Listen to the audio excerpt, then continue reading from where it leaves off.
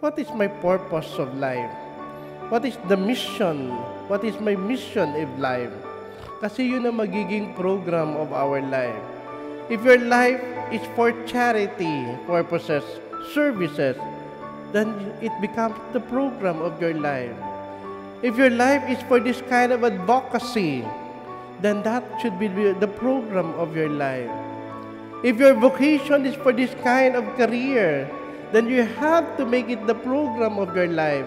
That no matter what, you have to stand firm on that. That even in the very end, even in the face of trial, nor in the face of death, we have to stand firm with the very purpose and mission of our life.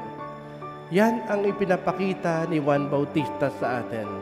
This is not about his death. Lahat naman tayo mamamatay.